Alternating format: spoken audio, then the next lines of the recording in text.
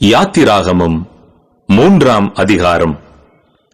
மோசே மீதியான் தேசத்து ஆசாரியனாயிருந்த தன் மாமனாகிய எத்திரோவின் ஆடுகளை மேய்த்து வந்தான். அவன் ஆடுகளை வனாந்தரத்தின் பின்புறத்திலே ஓட்டி தேவ பர்வதமாகிய ஓரேப் மட்டும் வந்தான்.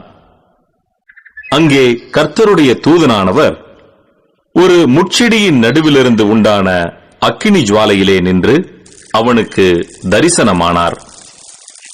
அப்பொழுது அவன் உற்று பார்த்தான். முட்செடி அக்கினியால் ஜுவாலித்து எரிந்தும் அது வெந்து போகாமல் இருந்தது.